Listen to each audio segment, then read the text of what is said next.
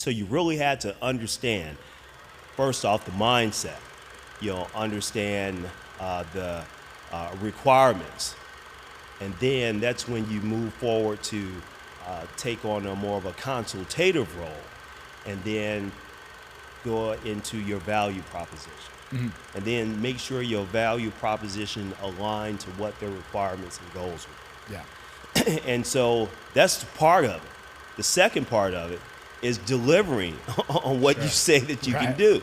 The software doing what you say that can be done. Right. And so what that does, it helps you to leverage that relationship. Mm-hmm. Because, at the end of the day, there's a delivery team that comes in, and there may or may not be a guy from your organization that, works on the consulting team or what have you. Mm-hmm. So they're leveraging, what you're telling them as far as your relationship, whether they can get to that end result.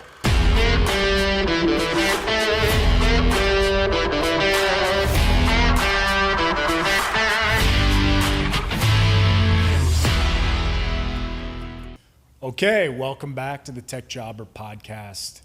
A lot of professional athletes, their playing days are the peak of their financial years. But today's guest is not a lot of professional athletes because he was in the NFL, left that, joined the tech world, and he's making way more money now. So it is my pleasure to introduce my friend Crispian Atkins to the show. Welcome. Chris, thanks for having me, man. Thanks for having me. Yeah, so we have a lot to cover in the tech world, but I want to start with the football world. Sure, absolutely. So grew up in St. Louis. Yep, grew up in St. Louis, Missouri. Went to college in Alabama. Was a student athlete there. Played football. Had the ability to kind of go around the league, to get my shot with the Saints, Chiefs, and the Chargers. That was short-lived, but unbeknownst, I got to a place where a lot of people did not have the opportunity to pursue. So yeah. that's a blessing in that regard. Real quick, I want to back up a little bit to, obviously you played at Alabama. Mm-hmm. You must have been a top high school prospect. Yeah, yep. Now, what was that like back in the day? I mean, we've seen the program. Sure. There's envelopes of cash handed out. There's groupies on the visits. I mean, I'll let you talk about whatever you want to talk about there. No, I mean, going through that process, obviously was number one, fulfilling, number two, eye-opening, and it put a couple of notches on your belt. But even prior to that, my dad was also a student athlete. He played a quarterback, and he had a short stint in the league as well. So that whole dynamic and process, it was kind of ingrained in me in order to utilize that platform to pursue your goals. As you had said in place, obviously, there's always an end game. As being a student athlete, professional athlete, so on and so forth. And so I learned a lot from that process. Number one, how to be professional. Number two, how to sell yourself. And number three, understanding that you're only as good as what you put out. So, those three dynamics always stayed with me, and I utilize those three pillars, going forward. Yeah.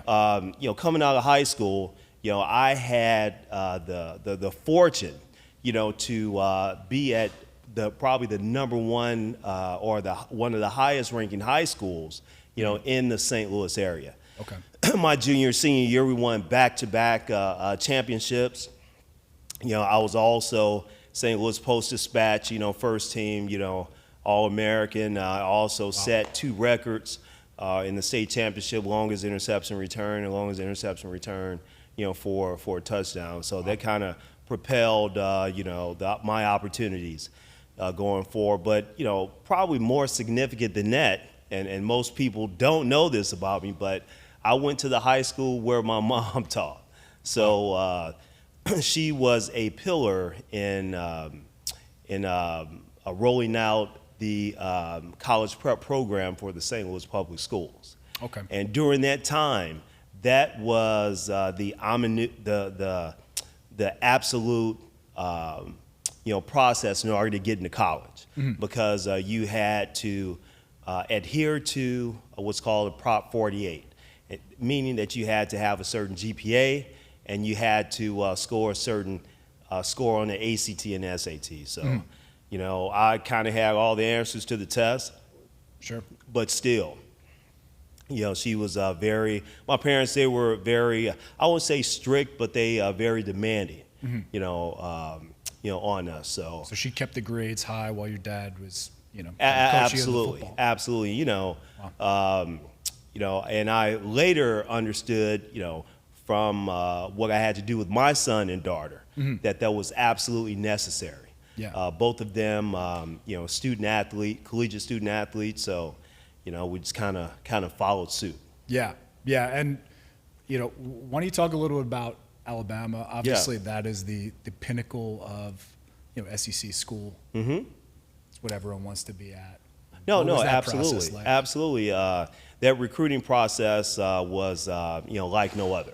Sure. You get 5 visits, in the recruiting process, in which I chose Alabama, Kansas State, Indiana, Southeast Missouri State, and let me see, I think Oklahoma it was. Wow. And going into Tuscaloosa and just seeing the passion, like that scenario says, one beat, one sound. Sure. That's how it was. 100,000 fans in the stadium, right? Man, it's. I think the stadium is up to 85,000 now. Okay, 85. Yeah, I think Tennessee has the largest. Yeah. Yep, 100,000. But the lessons I've learned, attending, that university was like no other. Second to none. Top-rated education, demanding. On being a student athlete, all of the guidance, that any young man can ever ask for in going to a university. Yeah. Not only that, that's why they call it God's country. Sure. It's it's all about Alabama football. Yeah.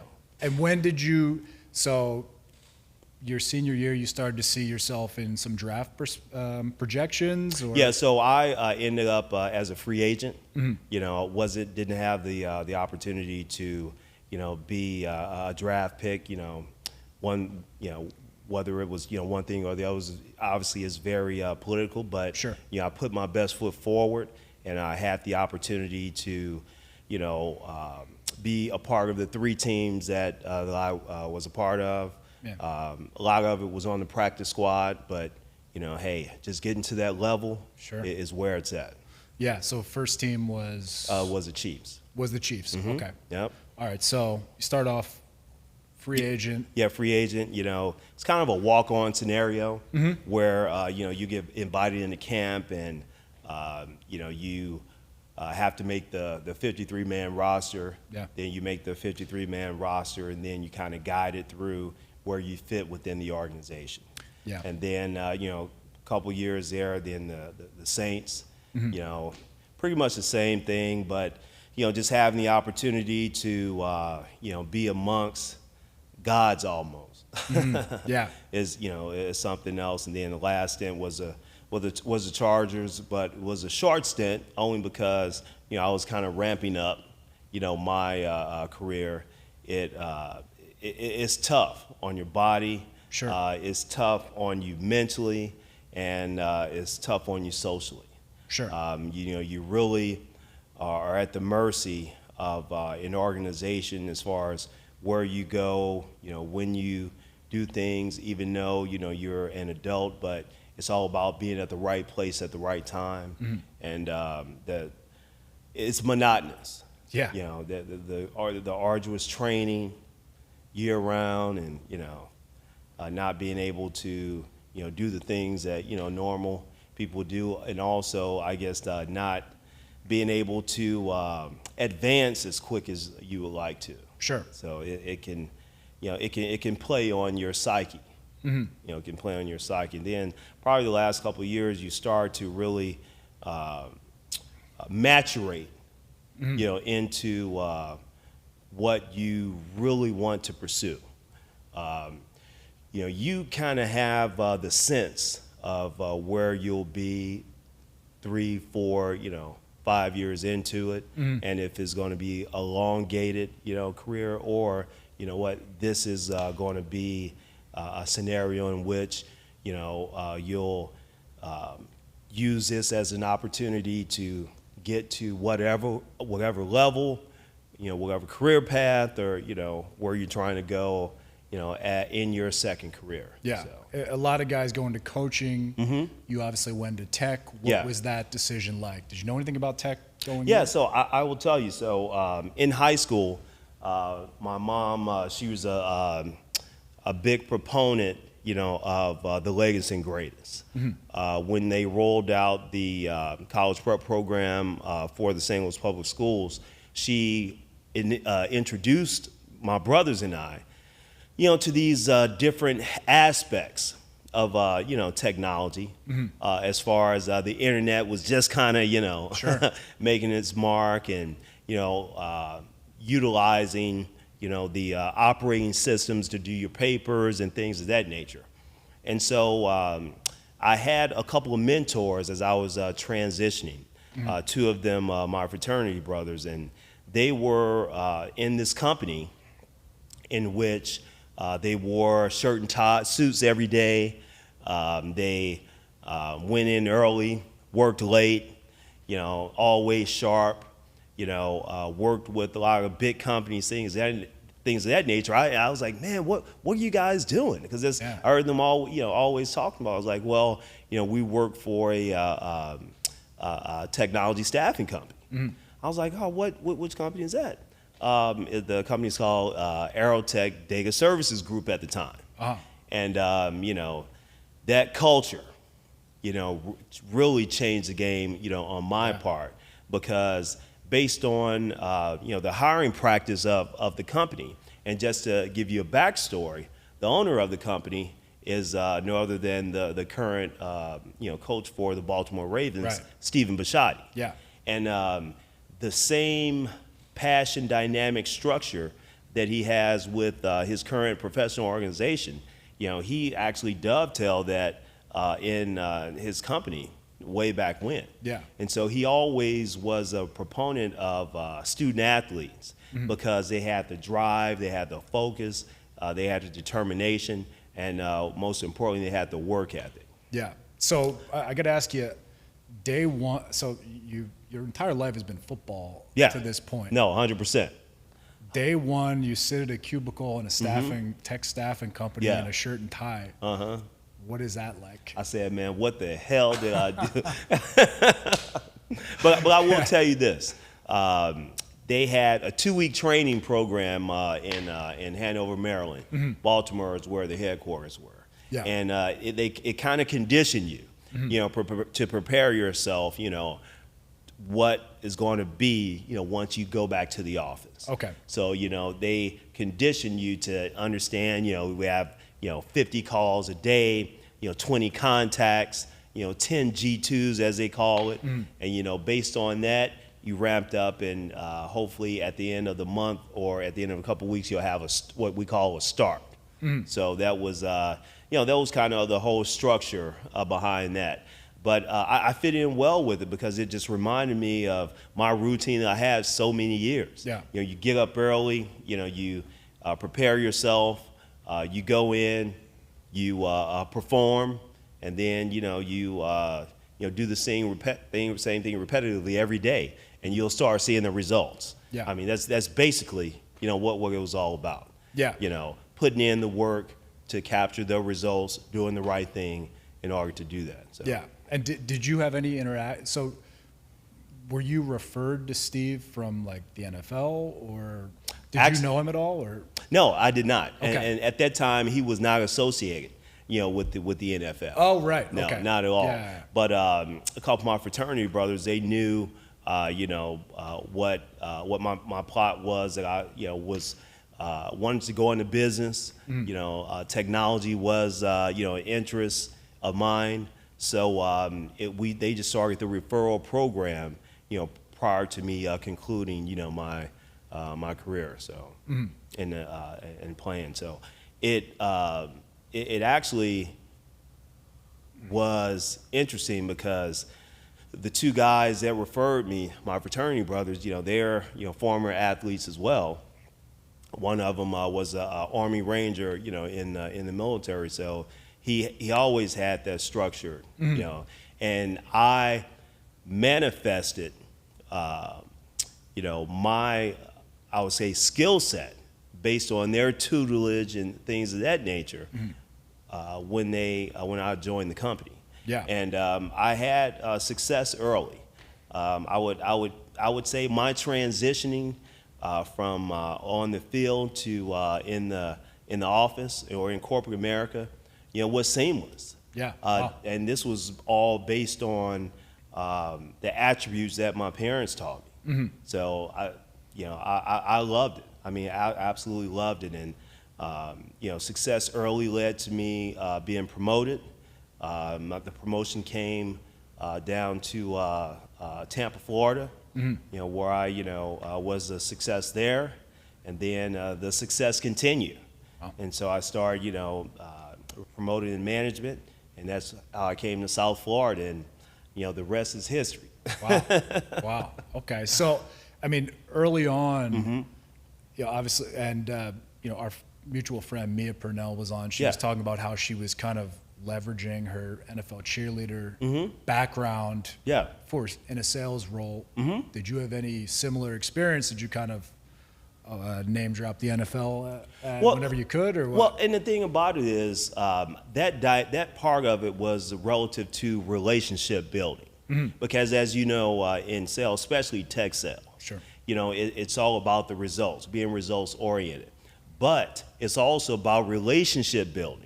And so you leverage that, to build those relationships. I mean, obviously that wasn't, the main, pillar in trying to build relationships, but just, create, a pathway where that commonality, sports is, probably the most common thing two Sure. people, can come together on. Yeah. And that really kind of spearheaded the opportunity for me to utilize that as a catalyst to get in there, talk to the managers, utilize my skill set, sales acumen, to eventually, close the deal. And, that obviously, made it pretty easy because, just going in there based on my stature and things of that nature, it was already assumed like, oh, you ball player, things of that nature. So Yeah. Okay, so moved around within tech systems. Where does that bring us now? You came down to South Florida. Okay. So it was the late '90s, early 2000s, as you know. During that time, hiring had come to a complete halt. Sure.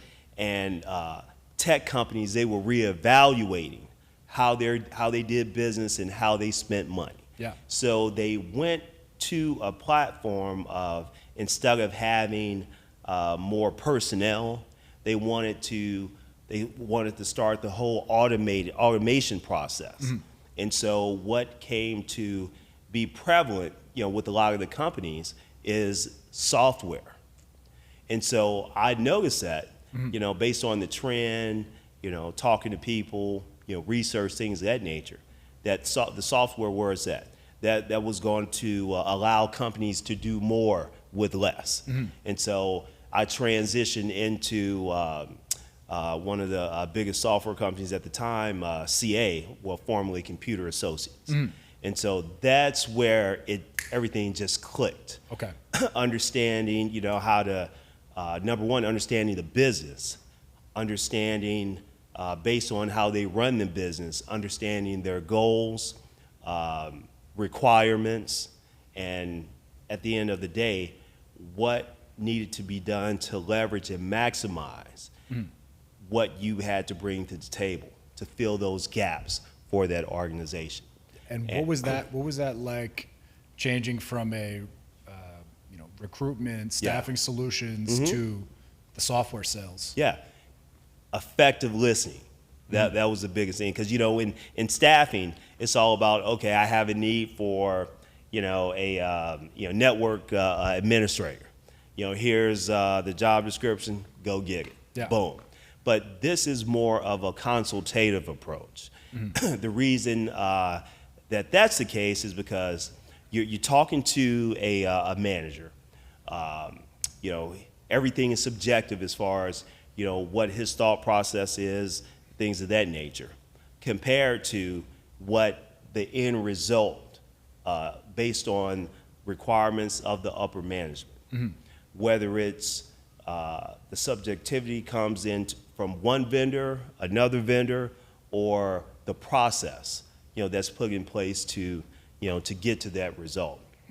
So you really had to understand, first off, the mindset, understand the requirements, and then that's when you move forward to take on a more of a consultative role, and then go into your value proposition. And then make sure your value proposition aligned to what their requirements and goals were. Yeah. And so that's part of it. The second part of it is delivering on what you say that you can do. The software doing what you say that can be done. Right. And so what that does, it helps you to leverage that relationship. Because, at the end of the day, there's a delivery team that comes in, and there may or may not be a guy from your organization that works on the consulting team or what have you. So they're leveraging what you're telling them as far as your relationship, whether they can get to that end result. And so you constantly maintain the rapport and relationships, and as long as you're helping them to do those things, that cultivates that relationship to want to make recommendations to other parts of the organization. And the end result of that, you become what's called a trusted advisor, to that organization, where they say, hey, this is what we're thinking about. It may not be an immediate need, but hey, is there a way that we could do this instead of doing that? It will save us money, this, that, and the third. And you want to leverage that in order to do that. And you have a lot of successes, but sometimes you may not have a success in that particular engagement. But guess what? They know you from a relationship standpoint, and that's part of life. You have some successes and you have some failures. Sure. And how big were the contracts you were selling at CA at this point? Yeah, so at this point they were in the hundreds of thousands. So, okay.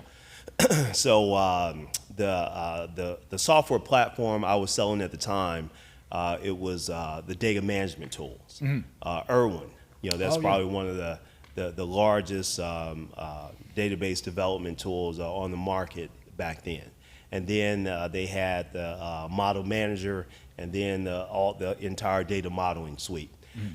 Back then, that was the market leader.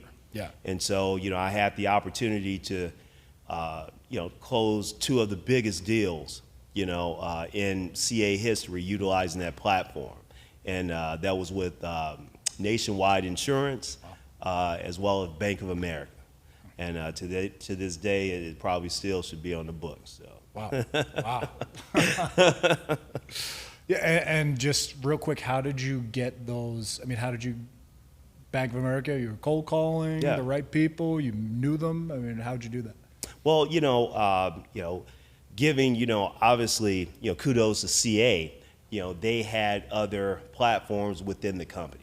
And based on the success of those other platforms, it allowed me to utilize that to get in other parts of the organization to have the opportunity to showcase the modeling tool.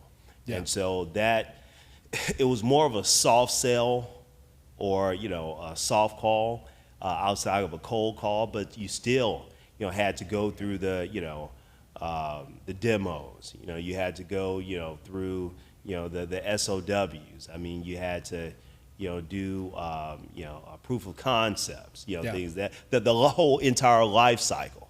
And, you know, that's a stressful part, you know, of being in an enterprise software organization, because there are so many things that can go wrong, you know, when you're positioning all this stuff. And if you ever had a situation where, okay, you're right at the football analogy, you're in the goal line. Yeah, you're in the red zone, exactly. And then whatever, the CIO gets fired and or leaves, and suddenly the new guy says, "No, I have a guy. We're not using him." No, absolutely, absolutely. And that scenario, it's a heartbreaker too. I mean, because, you know, you get to the goal line, and for some reason you either fumble, turnover on downs. I'll tell you. So I won't mention the company, but I think you know, they made a grave mistake by not going with the CA, and I think as a result, 20 years later, you see that as a result. Wow. Okay. We probably wouldn't have heard of them now. Okay, so at what point did you get the itch to start your own thing? Yeah. Let's talk about that. You continue to go through, you know, the whole process of, you know, kind of achieving and overachieving in the organization that you represent and a part of. And so based on that achievement and overachievement, you know, just like in any walk of life or what have you, you look to be rewarded as a result. You know, and sometimes that achievement does not equal those rewards. And then you have to step back and, you know, have to, you know, have a conversation within yourself to say, you know, am I continuing to grow, or am I into that area of diminishing returns for my efforts? And so I came to the conclusion that, you know, I'm not, you know, being rewarded properly or how I think I should be for my efforts. And at that time, you know, there were a transition, you know, in the technology space, where they were no longer looking to boil the ocean with the large companies like IBM, CA, Oracle, all the big guys. They were looking to solve the smaller problems that impact the greatest part of their revenue generating aspect of their company. And so they were more interested in subject matter experts that can come in, solve small problems, not go away because they're occupied by other opportunities, but that will be there and that continuously grow and manifest, you know, not only the skill set, but their technology platform, as well as advance and help them understand how to better do business based on the utilization, you know, of that software. And so the whole concept of partnerships came into play, where an organization, you may have a background in the consulting world, whether it be, you know, on the database side, whether it be on the application side, infrastructure side, whatever the case may be. And so how the new dynamic or structure was, is that a lot of smaller organizations were partnering with the major software manufacturers. So as a result of that, you had the ability to become a partner. You know, you had to, you know, go through certain, you know, aspects of qualifying, and then you would go out and identify the business. And then based on that partnership, when it was time to come in to do a scope, POC, what have you, you always had, you know, the backing, you know, of that that manufacturer organization to move things forward, you know, with your client. And having previous relationships in that arena that allowed me to really hit the ground running, and as a small business, working with these different organizations. So let's talk about what you're doing now. Okay, so fast forward, we're off to a great start. We're 4 years into ATS, Advanced Technology Solutions. So Microsoft, is our primary partner. We're looking to scale and work with the AWS as well. But our main focus is a cloud migration, from on-premise, to the cloud, utilizing the Azure platform. Wow. So, had progressive conversations as I, moved through, the entrepreneurship world. You talk to a lot of people, you get a lot of ideas, you know how it goes. Sure. And, spoke with a former colleague of mine that was actually in the healthcare staffing / recruiting space. And I always knew that, that was, a fail-safe, so to speak, arena, but I knew there was a lot to go into it as well. And so I really never, focused on that. But after several discussions with him, talking about how more of the mindset from a healthcare standpoint is revenue generating and utilizing more with less by way of consultants and staffing companies, to fulfill a lot of their needs instead of the brick and mortar hospitals like you've grown to know over the years. Yeah. And so he was in the process of selling his company, and he asked me, was I interested in purchasing some of their proprietary information, as well as the team out of India. And so after several discussions and several meeting of the minds, we decided to pull the trigger. Yeah. And now we've launched ATS Health Global, and we're focusing on allied health, nursing, staffing, and everything above, below, and in between. So Yeah. Wow. I'm still learning the industry, but I have excellent partners that I've acquired, including Miss Wandi Panagos. She is part of the staffing, nurses staffing arena, as well as the finance dynamic of it. And in addition to that, I have another partner who specializes in the ERP systems in the healthcare world, Epic and those EMR. So you want to be a one-stop shop for all things healthcare. That's why you made the acquisition, and that's Yes. So you get into a healthcare company, you can sell them software, the ERP software, you can sell them nurse staffing, clinical, everything, right? No, absolutely. And I think one of the key pillars that's going to really establish us in the healthcare space is the staffing. We're going to start with that. And then from there, we elevate and cultivate ourselves to get deeper and wider within the organization and leverage the fact of us being able to get deeper and wider to try to incorporate our other services. Yeah, that's great. Very smart. As we were talking before, that's one industry that is not going anywhere. People will still be sick. Absolutely. It's recession proof. Yeah. I mean, quite frankly. Yeah. Quite frankly. So, but it's been a great journey. Just turned 50 years old July 8th. Kids are adults, so I mean, I'm loving life right now. Yeah, killing it in business. I tell you, and just having the opportunity to control your own destiny is paramount. Yeah. It is paramount. So, what about any advice for people, maybe ex-athletes or non-ex-athletes, looking to go a similar path as you? What kind of set you up for success? Mentorship. I mean, that is key.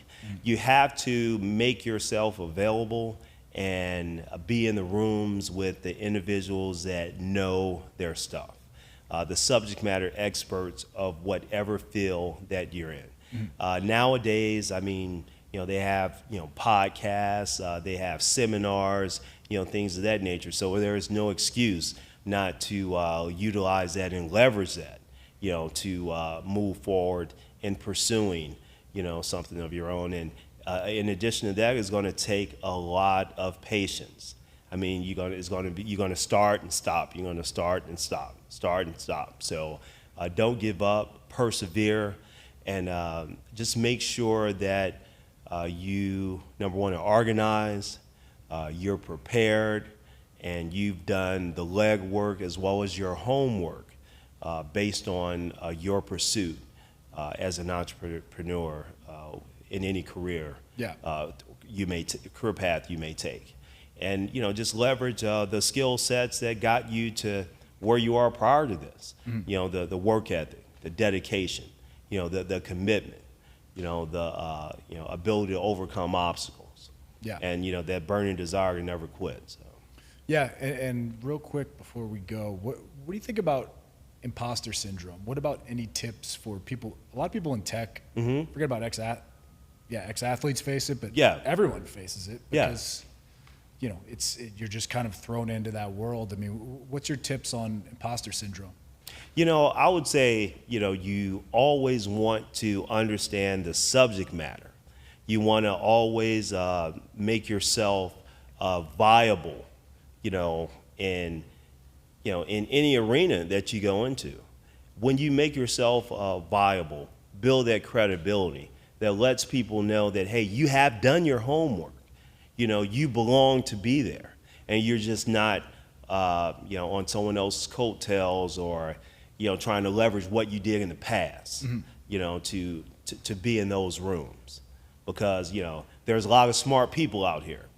Yeah, a lot of smart people and a lot of smart people with resources. Mm. So instead of you going in, trying to take over the room, humble yourself. Try to grasp and feed on the information that they give you. Mm-hmm. And once they understand, or once they know that, hey, you're in it to be successful, to achieve, they'll relinquish themselves to you. Start you on that pathway of mentorship. But it does take humbleness in order to get there. Yeah. And someone taught me a long time ago that, hey, as you go down this road, you're going to have to reinvent yourself. The attributes that took you to get to that point are going to be totally set of attributes that's going to take you to get to this point. Yeah. So you have to reinvent yourself, recondition yourself. So that's my 2 cents. Yeah. Awesome. Well, I mean, this was great. I mean, your story is, I feel like, atypical. I feel like a lot of people struggle when they leave the playing field to mm-hmm. transition to, I mean, like you said, that first day in the cubicle, you were like, what the hell is going on? Yeah, exactly. I mean, it just like everything came full circle. And, it was a tough first couple of weeks. Sure. But, then the reality sets in. Like, mm-hmm. hey, this is where we're at. This is life now. It's real life, especially having a family. So, hey. Yeah, exactly. Well, yeah, dude, this was great. I'm glad we made this happen. If you're in the healthcare space, definitely check out ATS Global Health. ATS Health Global. ATS Health Global. .com. For any needs. Absolutely. ERP down to nurse staffing. Yep. We're on LinkedIn. We're on all the social medias, and we're here to help. Yeah. Awesome. Well, thanks again, and we will catch you guys next time. Okay. Thank you.